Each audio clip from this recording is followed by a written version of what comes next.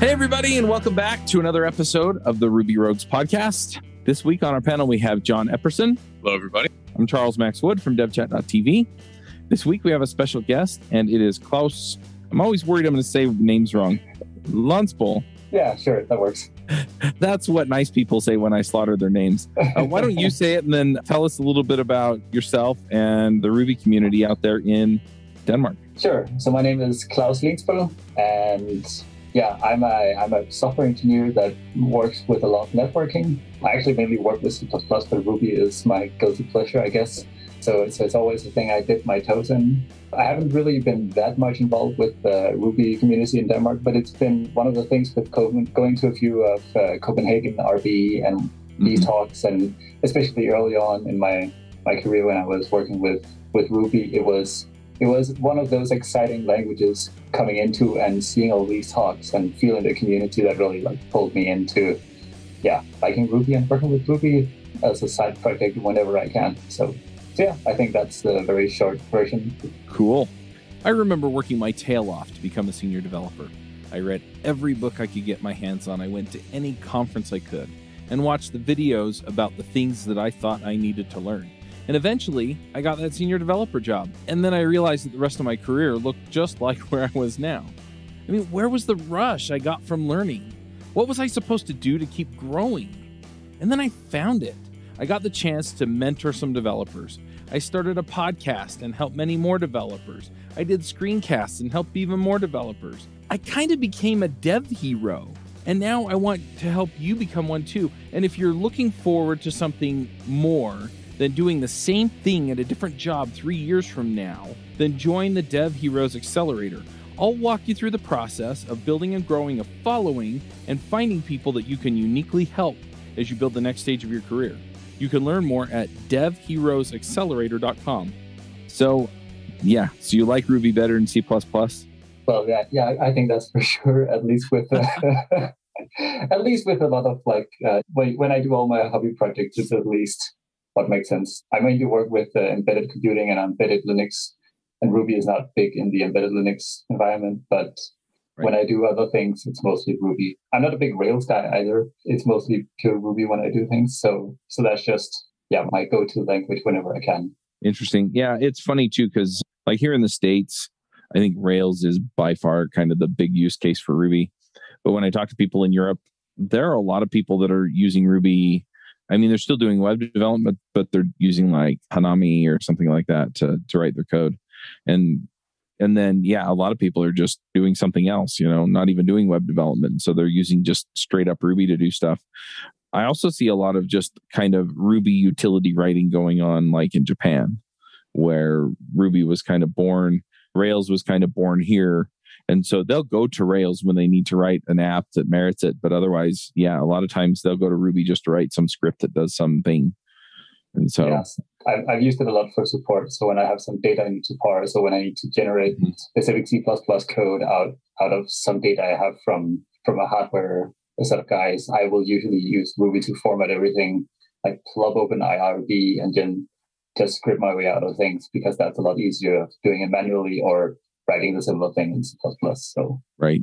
And we're going to talk about Ractors here in a minute, but I'm always curious when I talk to somebody from a place that we haven't really explored on this show, just talk about the community where they're from for a minute. And so, what's the Ruby community like in Copenhagen?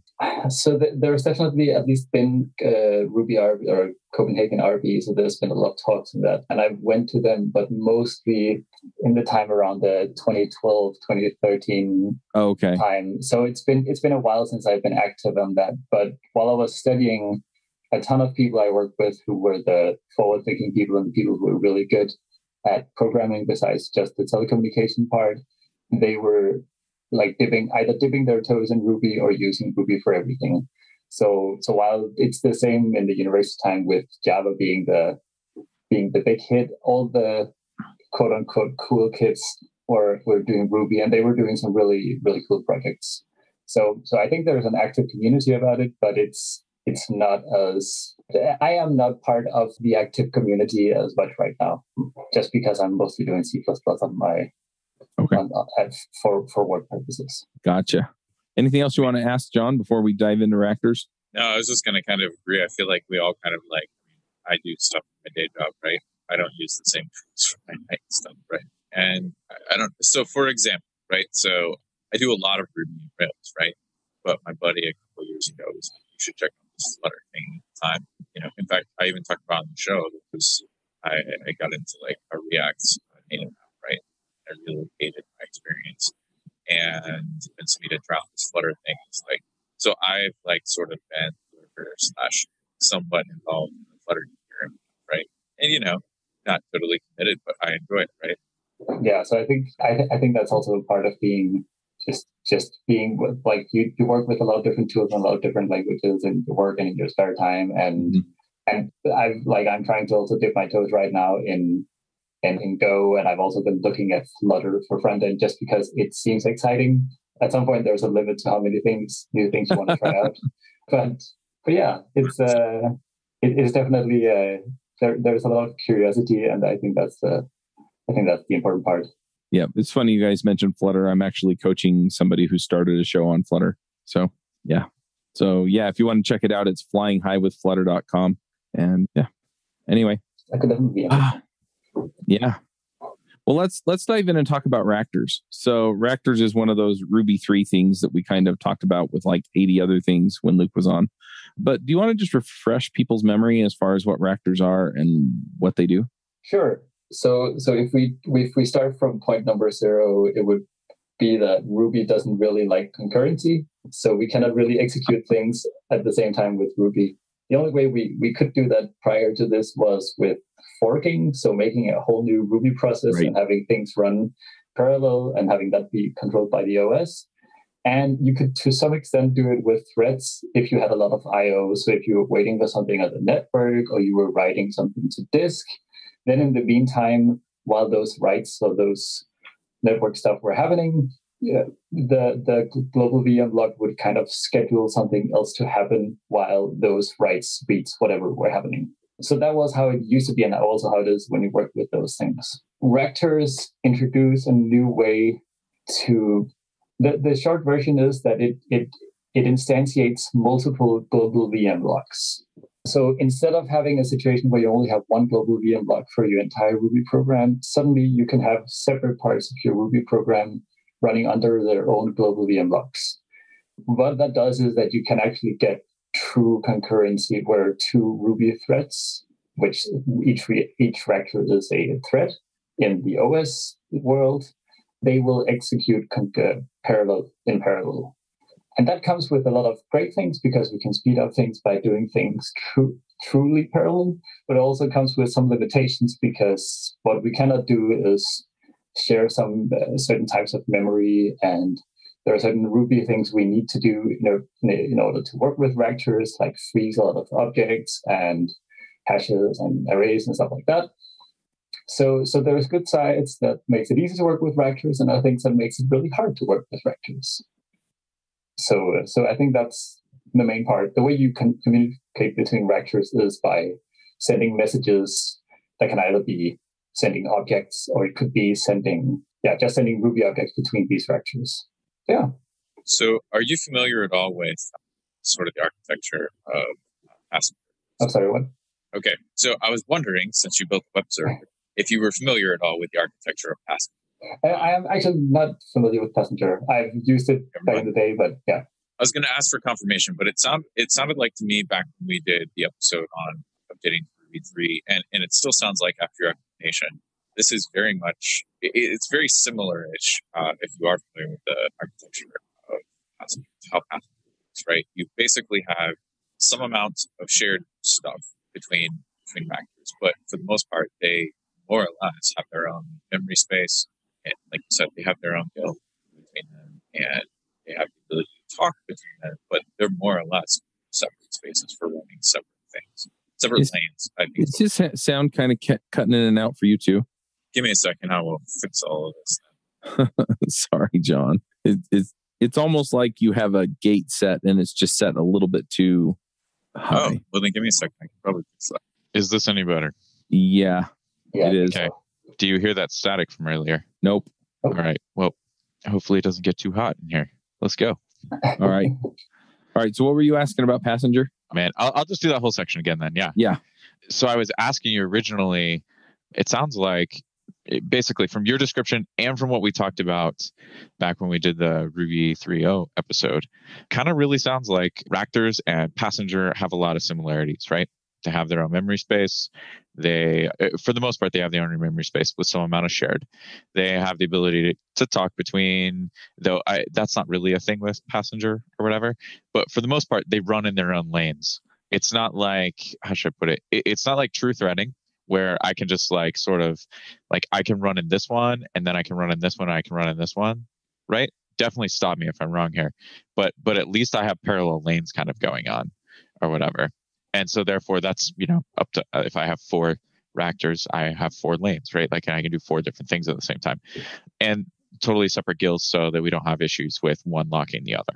Yeah, exactly. So even if you wanted to, you could inside a Ractor, you would be able to instantiate normal Ruby threads, and they would act like they would with like a non-Ractor program inside there. So you can share things between those Ruby threads as you would normally. But yeah, between the Ractors, you run in with separate guilds, UDLs, and there is no thing blocking each Ractor between each other. Awesome. Yep. Sweet. Okay, so Ractors sound pretty cool because it's legit threading for Ruby. Like, that's amazing. Yeah. I love that. Legit threading. Yeah. I mean, look, at the end of the day, we all know that we have fake threading right now. So it's great to have real-ish threading. Yep. Yeah, it's kind of interesting. I got inspired to look at Ractors based on I'm probably also going to slaughter his name, but Kerr from Shopify, I think, who wrote a blog post about making an HTTP server with Ractors. And based off of that, I was like, let me see if I can also play around with this because that's TCP. What can I do with UDP? And then I kind of dipped my toes into Ractors from there. So getting into that, I mean, all right. So you were just like, can I do a UDP server? And how did that go? So I was like, to begin with, I was like, hey, I want to do some stuff with DNS. Let me implement a DNS server for some reason. I'm doing a project with some IPv6 testing, and then I needed a DNS server. And instead of making a custom other background, I was like, I'm just going to do my own DNS server. If that's a good idea or a bad idea, that's a whole other thing. But I thought it was a fun project. And basically, I thought, okay, I can either do this with normal threading. I do have a lot of IO, so maybe that could be enough. But at the same time, the hardest part would not be the IO, it would be the processing of things for my project. So, and then Ractors came out, so that seemed like an obvious idea. So going off of Kerr's blog post and whatever he did, I thought, okay, he has done all the groundwork. I can basically start from there and then say, I can probably reuse the same things because, hey, it's TCP, it's UDP, it's almost the same. But the problem is it's not. So with TCP, and what he uses is that as soon as you have someone connected to you, you get a client socket. So you have a listener socket that listens for new connections. And when people connect to that and you have an accept method, you get a new socket based off of that. So you have a new file descriptor for the socket and everything. What he does is that he then passes that socket to the Ractor that needs to process whatever request is coming in. And then he can answer that socket on that socket in the Ractor. But with UDP, you don't have a client socket. What you get is that you get a client object, which is just telling what IP address and what port connected to you. And then you get a message. So you get just a string of bytes. And how do you then work around with that? So I ended up, writing an article about how to actually work with UDP and Ractors, because it's not as it is. On one hand, I could pass the entire. I could pass things along the pipe that goes into the Ractor. I could pass the socket. I could pass the message. I could pass everything, but you kind of have a limit to how much you want to pass through these messages between the Ractors. Just because you don't want like messages flowing around all the place, but you can just limit it to less data. Maybe it's a few pointers you pass around instead. So it was basically an exercise in how can I pass the least amount of data over these Ractors. And in the end, I just ended up actually passing the message that I get from the UDP accept or receive method. and then the client itself. And then I had the UDP server instantiated outside of the context of the Ractors, which for some reason works. So when you make new Ractors, everything can access the same UDP server or this UDP socket and send from there. I'm actually slightly surprised about that part based on what I have understood from Ractors so far, but it worked. So yeah. Yeah, I'm kind of curious. How does that work? Where everything talks to the same socket and So at least I create the socket outside the context of the Ractors, which I would have assumed would not have worked. I would assume that I would have to make it and then pass it along. But it turned out that if I can make it outside that context, and then when I create my Ractors, I can pass in the socket as an argument to the Ractor, and then I can work with it inside there. It's kind of I think it makes a copy of it, which is fine for the socket because it's the same file descriptor for the OS. So I'm guessing that's what happened, but this is actually a place where I'm a bit fuzzy about how my code actually works. Makes sense. The other thing that I'm wondering about is, so it spins up a new Ractor for each request that comes in? No, so I've made it so it spins up a Ractor based on, right now I've just set it to 4 because I have 4 CPUs, but it spins up a Ractor for each CPU core, which would be the thing that would make sense for most machines. Mm-hmm. So either spin up a new Ractor for each CPU core or half of them or whatever you want to load your system. A pooling sort of idea. Yeah, exactly. Right. And then you've got some really simple, is there any kind of load balancing here, or does it just rotate, or how does that work? So what happens is that I have a Ractor, and this is also stolen directly from Kier's blog post, so I'm not going to take any credit for that. But what he did was that he placed a Ractor in the middle called a pipe. So you have one socket or one Ractor that receives the requests and put it into this pipe Ractor, and this pipe Ractor yields whatever it gets. And that means that my worker Ractors can pull from that. So whatever worker Ractor is ready to do some kind of work will pull from the pipe. Whoever gets to it first will pull from it. So if there's a lot of requests waiting in the pipe, they will just take from there. And if there's nothing, it could theoretically be the same Ractor that just pulls a request every, 10 seconds if that's when I get my requests.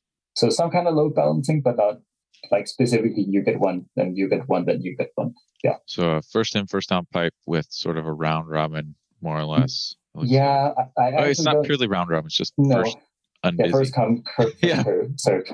Yeah. Yep. So it could kind of have a round robin effect if there's enough load. But also, if there's a Ractor that's stuck, then we'll just skip that one and then move on. Yeah, you're not evaluating any of the requests to check size or anything. Yeah, no. Cool. Yeah. All right. So I think we're all probably looking at the same code or whatever. Yeah. Have to remember it myself as well. So it's all good. Awesome. I mean, all right. So now you've done this. How do you feel about Ruby threading with Ractors? So far, that was the easy part. I was like, yay, I can work with Ractors now. This is great. Then what I haven't written about yet is that I'm incorporating it in this IPv6 project that I'm doing. And with that project, I'm working with Redis. And that's fun and all, but Redis per default does not work with Ractors. So that's an interesting situation where we might run into different gems that is not Ractor compatible unless we do some stuff to them. So here you mean the Redis gem, not Redis server itself. The Redis gem. So for example, Ractor come with a method that's called make shareable, which I think calls freeze amongst other things on the object you call make shareable. But there are some things that you would need to do to get Redis to work. So I've had to monkey patch a few things in the Redis gem. It has default initializer, default config that uses the end hash. But the end hash is not possible to freeze in Ruby. I actually don't know why, but you cannot freeze the env hash. So I had to kind of monkey patch my way around that by changing the default configuration object and removing the env hash in the Ractor gem and making certain things shareable and specifically instantiating the background, because if not, it would call an instance variable, which you're not allowed to do in Ractors, and so on and so forth. So while you can get stuff like that to work, it's definitely a bit cumbersome right here in the beginning where the Ractor API is still experimental, so a lot of people probably don't want to spend a ton of time getting their gems to work with it. But at the same time, you kind of want to test out these things and figure out, well, what can you actually do with Ractors? This is exactly the kind of stuff that we were talking about too. Like when we were going into Ruby 3, it feels a lot like a lot of the basic ground level stuff has been made for a lot of improvements. Mm-hmm. But in order for those improvements to really be seen by people who are further down the pipeline, there's a whole bunch of building that still has to go on. And these kinds of things where you're just like, you know what? I want to do this thing. Now I got to fix a bunch of stuff in a bunch of different libraries. Like this is the kind of work that has to happen for that kind of stuff. Like Ractors aren't suddenly going to speed us up by 3x by themselves. Yeah, I think it's also an argument because there are certain things that are very Ruby to do and very easy to do with Ruby that might not be compatible with Ractors, at least with how the API is right now. So it could become a question if do you really want to support Ractors with your gem? Or would you need to write separate code when you're in Ractor mode or when you're non-Ractor mode, which you can at least test for? But like then that becomes if you're writing a large gem and you have some easy way to develop things, like, do you really want to go that extra mile to support Ractors? It could be easy sometimes, but it could also be like very difficult for some people, I expect. That's a really good point. I remember some gems that we used to use that we stopped using for various threading related reasons over the years, or also alternate stories of gems that were like, yeah, we had to, I'm trying to remember, there was some time-based library thing, I don't know, that a bunch of gems were using. I know that Sidekick had this problem too. Oh my gosh, I can't think of it off the top of my head. I'll see if I can figure it out. But yeah, I mean, there have been libraries over the years, right, that weren't compatible with threads and didn't get updated, and so, or there were ones that had major migrations and people down the chain had to deal with it. Yeah, but I think it will be easier once the API becomes more stable. But maybe that's a kind of catch-22, and you need to test out the API for it to become stable. And yeah, it's interesting because effectively, how do I put it? So concurrency brings its own set of challenges, right? And so what we're talking about here is not that the code wouldn't run in threads. The problem was that you could get into timing issues, usually like race conditions or things like that, right? Where you get into a weird state because something is clobbering something else that something in another thread is expecting not to change, right? Or it comes in at just the wrong time in the middle of a change and makes it something unexpected. And so what's interesting with this is that in a lot of cases, it's powerful because you can be concurrent, but it also sets you up so you can shoot yourself in the foot. And so, yeah. And so far in Ruby, since threads weren't necessarily completely threads, you could get away with some things that I don't think you're going to be able to get away with. But in other cases, you still had that same problem with threads, even though they weren't threads. So just getting down to the concurrency issues, I think, yeah, there's going to be some implementation, but I think there's also going to be some growth of just understanding the challenges of writing code in this style for the kinds of applications that we're building. The other thing, though, to keep in mind, and I think this is interesting too, is that Rails has continued to grow and evolve. A lot of the other things that we've been writing over the years has continued to grow and evolve in kind of the single process world, right? Or maybe we spin things off into another process and we have job queues or what is it, distributed Ruby, DRB, or things like that, right? Where it's like, okay, we've got this other thing over here that we can talk to and make it do stuff. And so at the end of the day, this is going to, I think, be brought in kind of specialized ways and then continue to infiltrate Ruby as a whole as we get to more and more places that actually need it. And I think in a lot of cases, a lot of Rubyists won't even know it's there because it's not really going to deeply impact them. But for the ones that this is going to make a difference for, it's going to make a major difference for. So, yeah, I think if you're running Rails and maybe you're using Puma or something like that as your application server, like you're probably not going to notice, like Ractors is not going to do anything for you. But if you're doing small Ruby libraries or you're trying to for some reason, as I do implement a DNS server, then that might actually give you some speed up potentials. But it's really, so it's really one of those non Rails developer features. Yeah, well, and I could see this showing up in Puma one way or the other, right? Yeah. But at a lower level than I'm operating, which is writing Rails. And so at the end of the day, my Rails or Rhoda or Sinatra or Rack, it's going to sit on top of Puma, and I will never know that it's doing this stuff. Yeah. More importantly, it just won't matter to you for the most part as anyone that's running web servers, right? Because 99% of your wait time has nothing to do with Ruby ever. So yes, occasionally if maybe you're like crunching a CSV or something, sure, but like that's why we have things like Sidekick and things. We're like, that's taking too long. Maybe just chunk it off to an asynchronous processor, right? Yeah, for the most part, we ignore it. But yeah, if you're running pure Ruby, or if you're doing some sort of project where you specifically have a special need, absolutely, you're going to care a crap ton about this. Yep. Yeah. So also, what is the Ruby benchmarking tool? Is it the UpCarrot or like that NES emulator? Yeah, I think that was one of the ones that we talked about. I think there were like two, and I believe UpCarrot was one of them. But yeah, I mean, it's right? It has a completely different use footprint than Rails does, for example. Yeah. So Rails developers not going to care so much. Yeah, but I still think we're going to see some of this creep in the areas where it does matter for use cases that kind of sit one or two levels up from Rails itself, right? Absolutely. I think library authors are going to care about this, right? For two reasons. One, because library authors are going to feel some amount, maybe a little, maybe a lot or whatever, but some amount of pressure to look at this and see if this is a thing they need for their own project. And some of them will see it as being useful. The closer you get to the metal, right? The more you're going to care about things like performance. So there are absolutely people, even in the Rails community, that do care about this. But for the most part, I guess all I'm arguing is the person that's at the top of the stack that really isn't digging into the stack. It's not important to them. They're just going to install Puma, or when Falcon gets good, they're just going to be like, sweet, I'm switching to Falcon.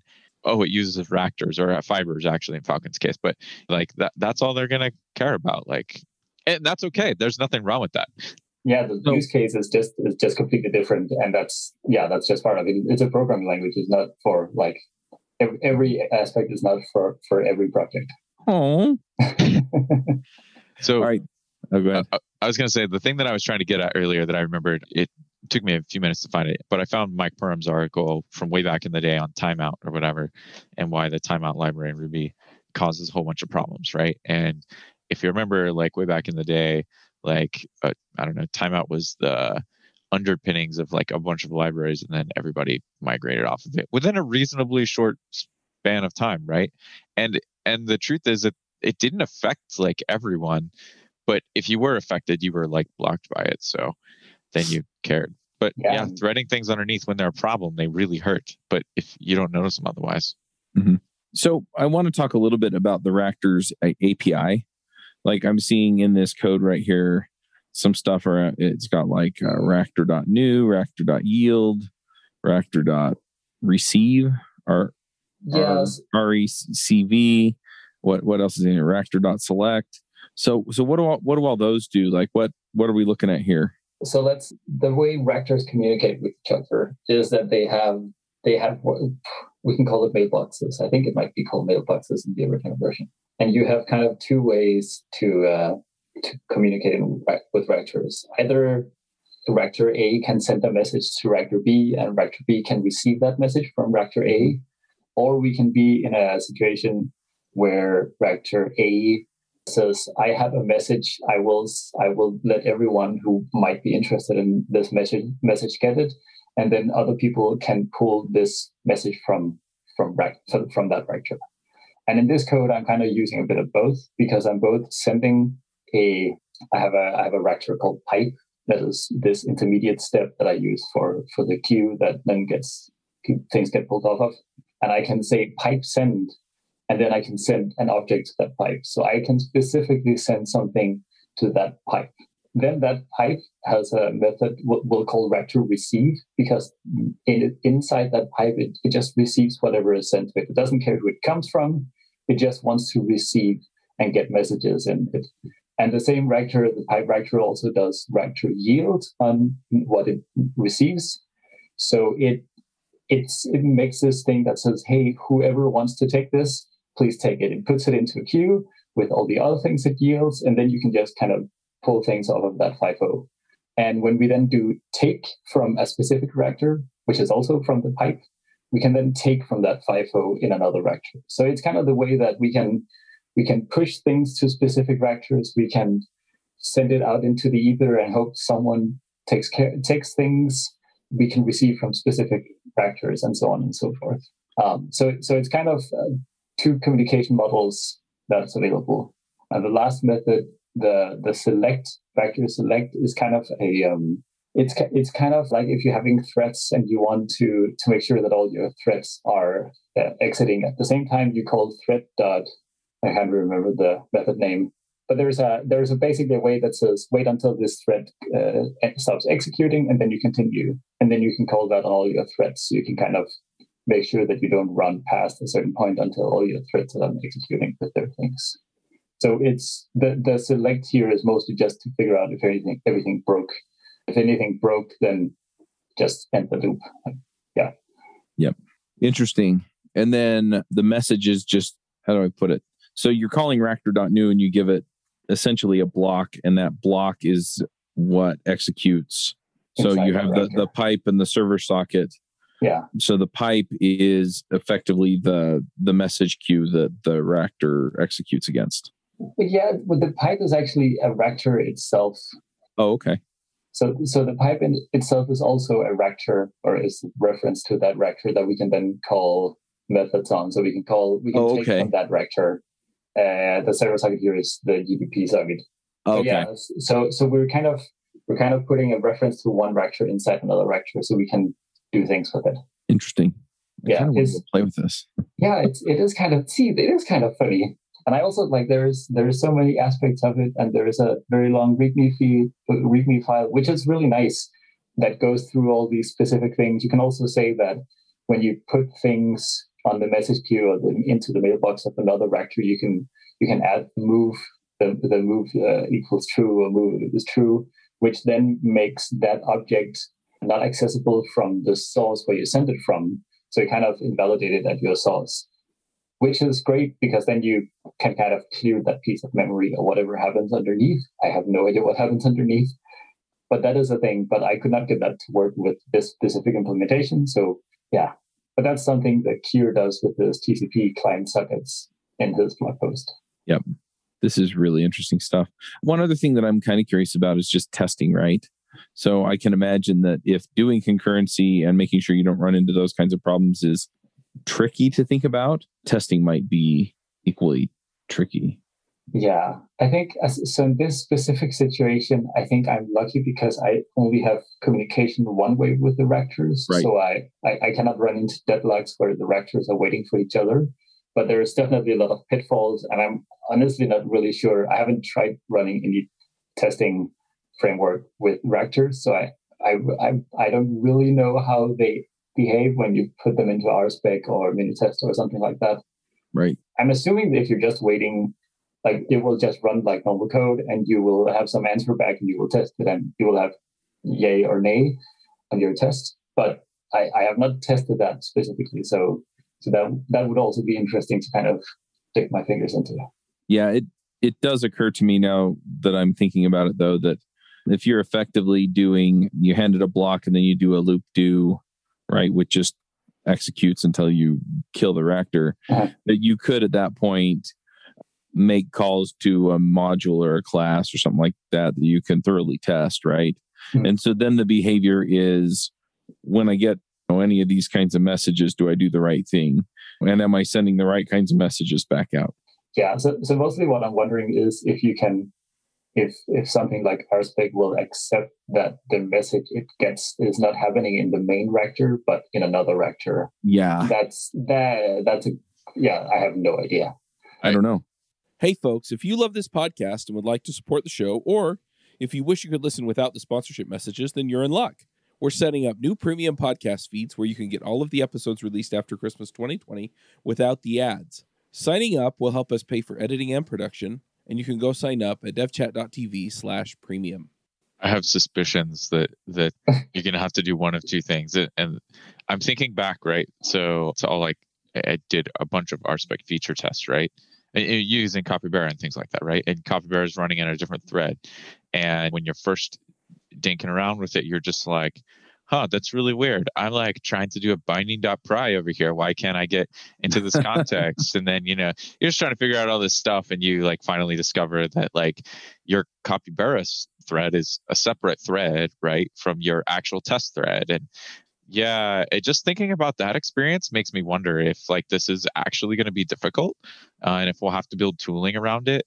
Is I feel like you could do one of two things, right? Like you could wrap the whole thing and be like, okay, so if I have a method with some threading Ractors going on in it, right? Hey, did I get the result at the end, right? So then you're completely outside of the scope of the Ractors. Or you're going to have to like really like dig in. Yeah. And I'm just not really sure. I don't know that RSpec at this time, not to my knowledge, right, is built to deal with that. I don't know. Maybe if I did allow any instance of, the thing that we don't want to do a bunch of, right, at the very beginning of my program, and then when I have Ractors, maybe they're copying the memory space, and so they already have that setting in them. I don't know.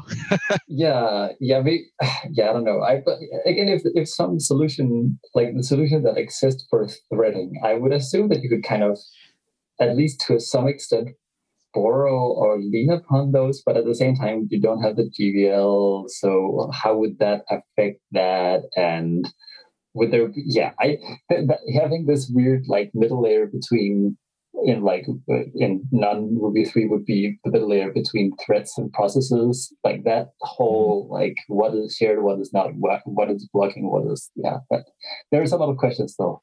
Yeah. Yep. Well, the other thing is that, and you point this out in your article too, that it's an experimental feature, right? Yeah. So they haven't committed to the API. They haven't committed to the implementation.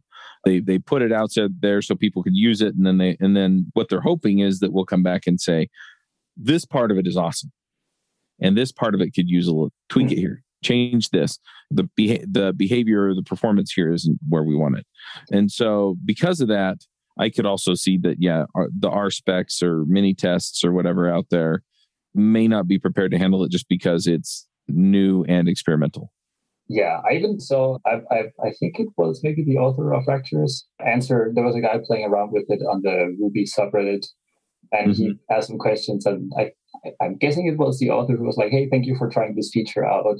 I've been thinking about it like this, or I'm doing like this, or you cannot do this. And he came with some direct feedback. So it really feels like it's a new thing, and he will also want people to experiment and kind of come up with what's happening with Ractors. So I think there's still a lot to figure out. Right. I mean, we also have fibers too, right? Like there are a few things that are coming out in Ruby 3 that are like clearly aimed at bringing Ruby into the threading space in a more awesome manner, I guess, right? So I don't know if they're necessarily competing, but we have other sort of options. Yeah, I've, as least as I understand it, fibers run within the same thread, the same everything in Ruby, and then just kind of does micro threading as you would see in other languages. Yeah, the interesting thing about fibers, right, is it's sort of like, you know what, I'm busy, right? Or I'm blocked right now, whatever. So I'm just going to like hand back my time, right? And so like fibers are sort of like, I don't know, just a very opt-in way, right? Of sort of giving back that time. So they're interesting in their own respect. Yeah. But I the think point they have is, a lot of value. Yeah. Well, it's interesting too, because as you said, there is this push to get more concurrency within Ruby so that we can change the performance characteristics of our applications. And that's definitely an interesting development here, because I've actually talked to people that have explored other languages and other options because they have some use case that needs it, right? I've also talked to some people who have explored other languages because they want concurrency. And when you try and pin down why they want concurrency, they tell you performance, but they can't actually tell you real numbers. And so while we're talking about all this stuff and its cool features, yeah, I just want to reiterate, you may not need this, right? But at the same time, I mean, it can't hurt you to understand it and understand that it's there. Now, all that said, you have been writing IP version 6 stuff with Ractors, and I'm curious, like, what other use cases can you kind of see this going toward, and how does that use case differ from this one as far as the use of Ractors? Sure. So yeah, I'm a networking guy. Also, by education, I'm both the network and software and a lot of different stuff. And I am trying to make people understand that IPv6 is important and they should care about IPv6, and that platforms like Roku not supporting IPv6 is a bad thing, and you should raise your fingers at them and say, hey, you need to support IPv6. But that's a whole other thing. I've written articles about that if people want to go read them. So let's not bore people with that right now. But in terms of use cases, I think, especially here when we're looking at I/O and we're looking at these things where we might actually have really good solutions in just standard Ruby threads.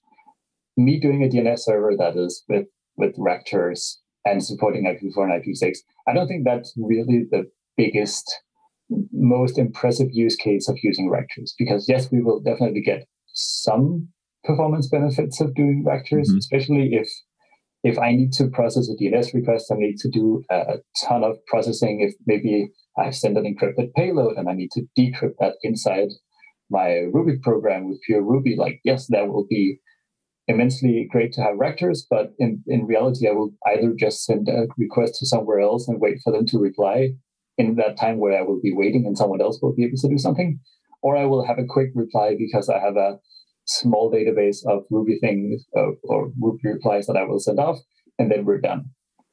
So I think for my use case, it's mostly for playing around and trying to understand the concurrency features.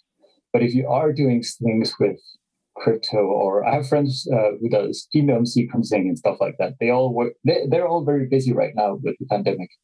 But all of them have been at least in some contact with Ruby in their current or former jobs. And some of the things they said with Ruby was, it's great, we can develop things quickly in the biotech world, but sometimes we were missing concurrency. Sometimes we were missing being able to do this faster or work on many parts of the gene at the same time. And in those cases, Ractors could be a thing that could make sense. You split up something, you work on it truly concurrently, but you don't have the overhead of a process where you need to set up IPC to actually get messages back and forth. You kind of have a cheap way of doing that with not that much overhead and not the RAM overhead of maybe doing it in different ways. So that's going to be great, maybe. And again, if you have other things that are actually CPU bound, so it could be decrypting some payload, or again loading CSV files that you could actually do maybe concurrently if you want to do some processing on your CSV files. Just reading the files, that's one thing, but if you want to do some processing, then you could gain some performance. So yeah, I think it will be very specific to the use cases. Makes sense. I think one of the things. Oh, go ahead. No, I was just curious if there was any other angle that we wanted to hit. So go for it. I was just going to say, one of the things that I think that I heard you say throughout all of that, right? Every single use case there, right, is something, right, that's CPU bound, but typically, and in some cases, right, takes up more than one core on your CPU, right? And I feel like that's sort of like when you're entering that area, that's what we're like talking about, which is why, like, at the end of the day, that's why Rails doesn't really ever have that problem, because we don't, or because the things that we do, we do some of the things, right? We do processing of CSVs, for example, right? That's a really common use case. But what do we do about that? We say, okay, I'm gonna throw that in my Sidekick processor, and then maybe down the road, if I need to refactor my app, I have tons of CSVs that I need to process or something. Well, I'm just gonna have Sidekick like call out to a Go runtime that does my processing for me, and then the results are done, right? And so we can leverage, we've always been able to, all of the things, especially in like Rails, when we're building web apps that like are just the UI for people to use, right? Then if you're looking at it that way, then all of these CPU bound tasks, they're just side projects, sort of, or not side projects, but like they're like not like that core requirement, right? And so you can say, okay, well, I'll just carve out this little piece. I'll write a little program that handles that, call it from Sidekick, call it a day, right? And then you end up staying in Rails world pretty easily.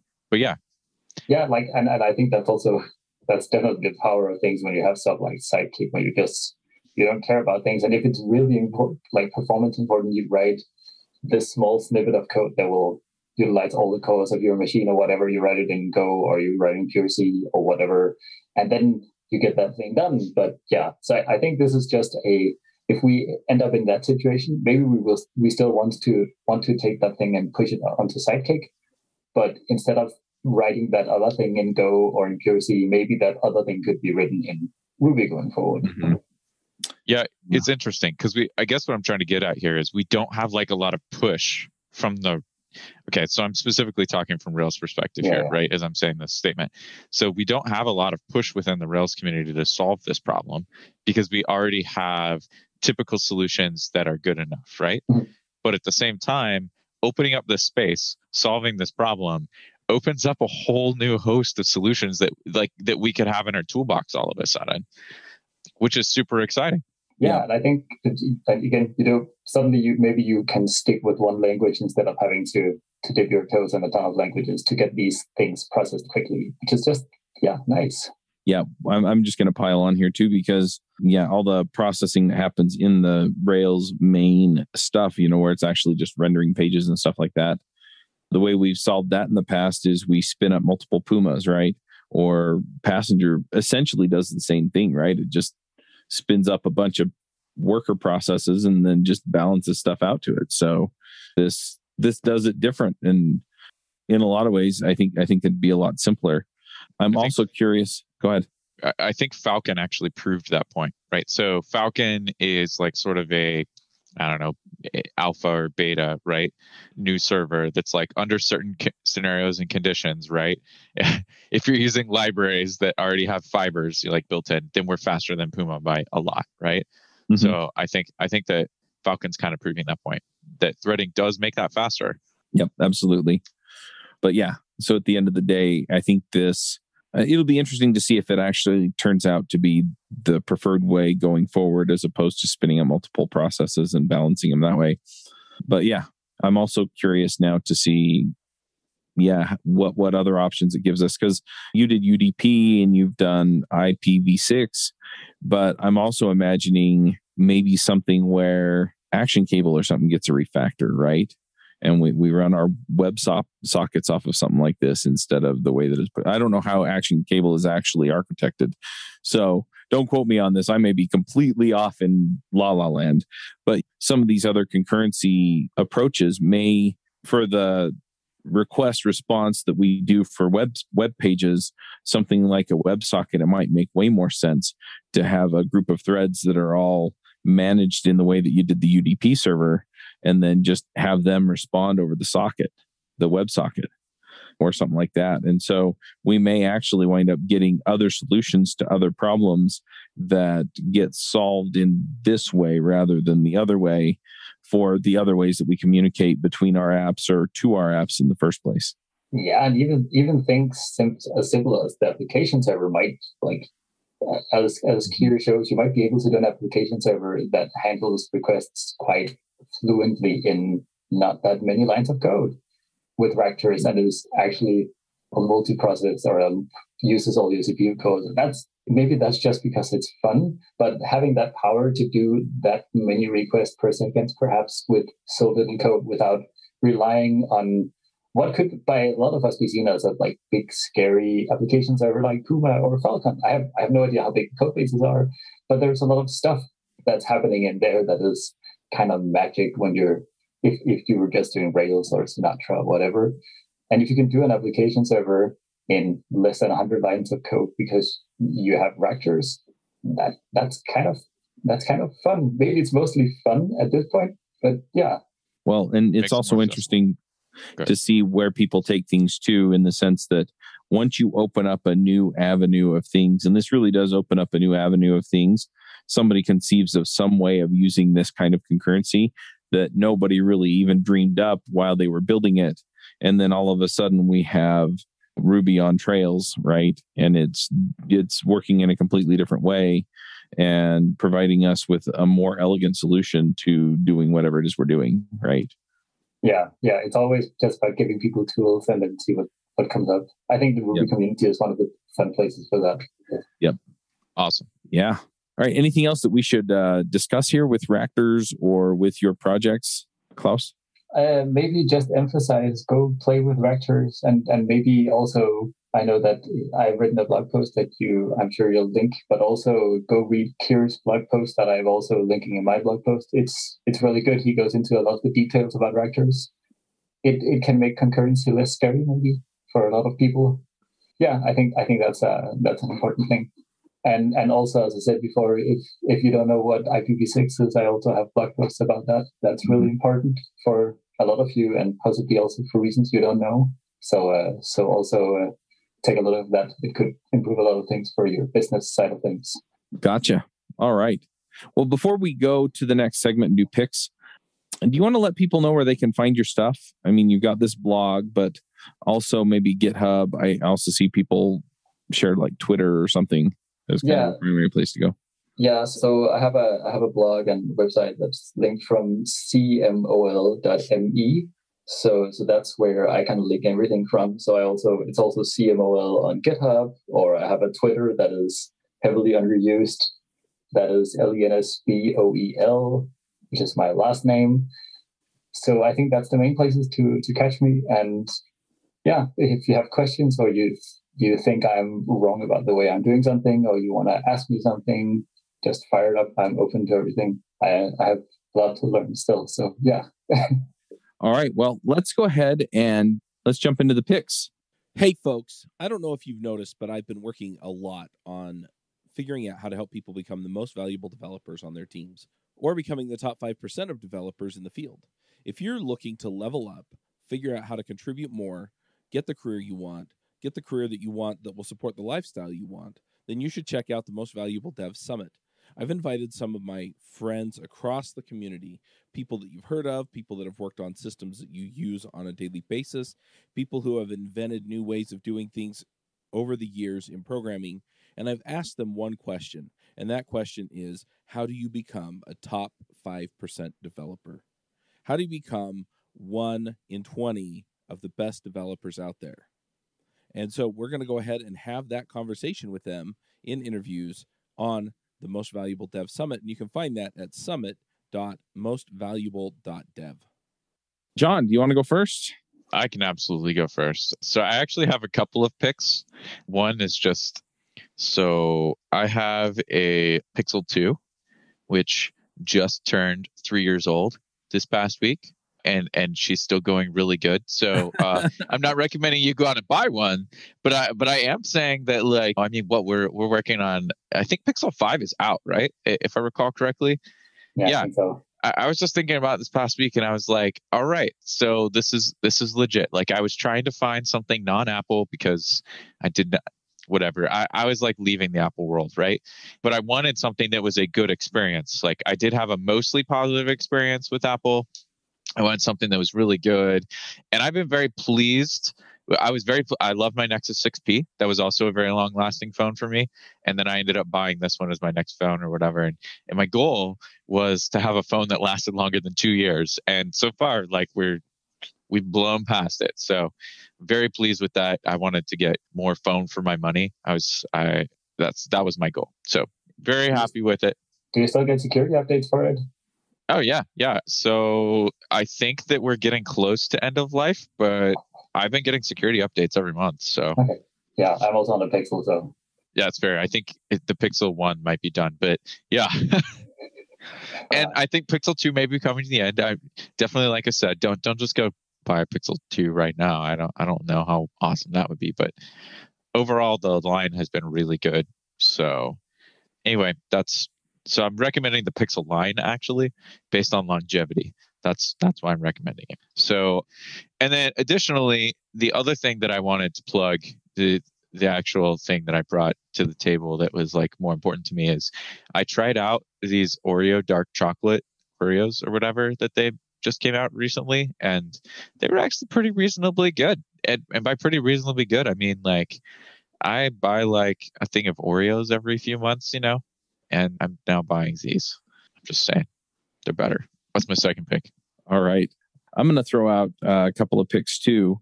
Now, I've been part of this podcast that just turned 10 years old yesterday called Ruby Rogues. You might have heard of it. And yeah, we recorded episode 1 literally 10 years ago yesterday. That's impressive. Today is the 6th. Yeah, yesterday. So anyway, pretty awesome, pretty exciting. We are going to be doing an episode 500. And yeah, I'm pretty excited about it. So it's been kind of this interesting journey. I'm also thinking about, so I've been podcasting for almost 13 years, and I've been kind of thinking about doing kind of a retrospective. There are some things that I've really screwed up over the last 13 years. And there are things that I have, that I've really enjoyed and things that I feel like we did right. And so it'd be interesting. It's also been interesting if you've been a listener for a long time. I reached out to pretty much every panelist that I could remember had been on the show. And I got a couple of yeses. I got a couple of, I think the most unkind one was, it was real short. It was kindly F off to the sun. So I've had rocky relationships with some of these folks. But anyway, like I said, I've really screwed some stuff up.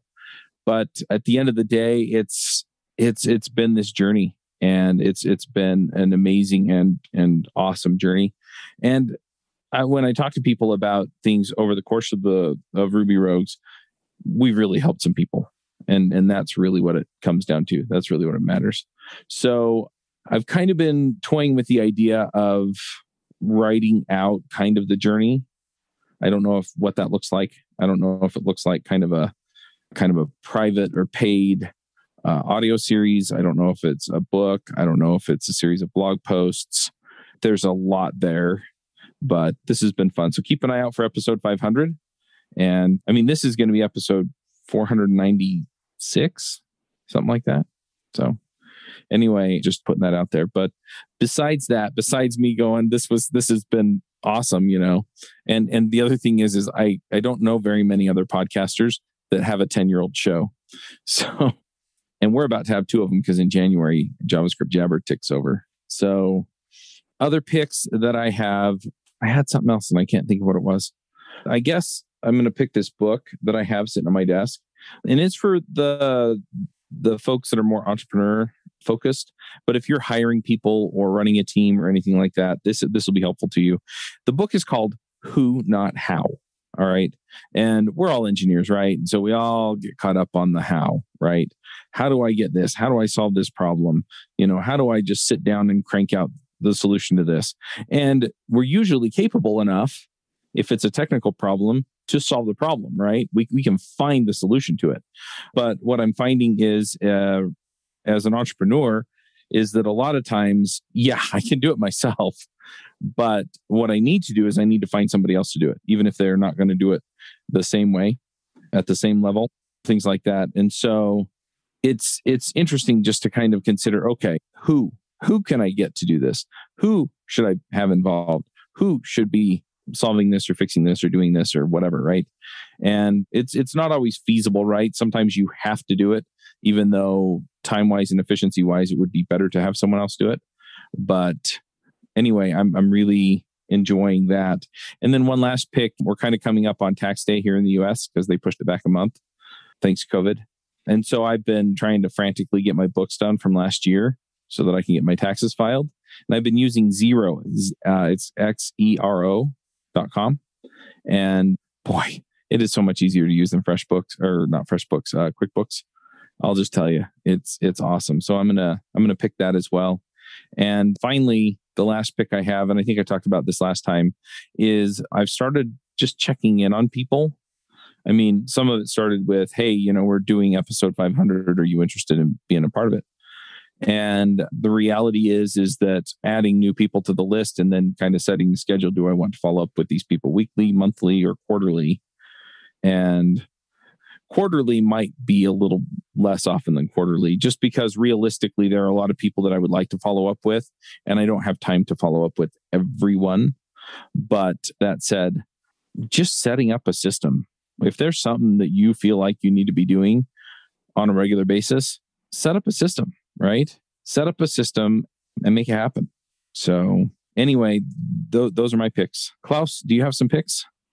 I thought about it. I think the main thing that I want to plug is for people to help new people get into the community. So the way I got into the community was like as a 20-something, early 20s year student, only have worked with PHP, and then a guy at my work introduced me to Ruby and took me to a Copenhagen RB and all that stuff. And right now there's not a lot of places you can go and do stuff like that, but don't be afraid to pull in new people and young people. We definitely need more people who's interested in Ruby and come up with new fun ideas. And it's a good experience for also learning about things in terms of how do you explain code, how do you grow in those areas. So if you haven't tried helping someone else in Ruby or whatever language you're working with on your day-to-day basis, maybe there's an intern at your job that needs to do something with programming, and just like spend an hour here or there introducing them to stuff. It's going to mean the world to them, and it's not going to take a lot from you. So I think that would be my thing. All right. Good deal. Well, I'm going to encourage people to go check out your blog and connect with you online. And let's go ahead and wrap up right here. Thanks for coming. This was a lot of fun. Yeah, it was good. It was really nice to talk about some Ractors with some people. Oh, yeah. Absolutely. All right, folks. Till next time, max out. Take care. Bye. Bandwidth for this segment is provided by CacheFly, the world's fastest CDN. Deliver your content fast with CacheFly. Visit CACHEFLY.com to learn more.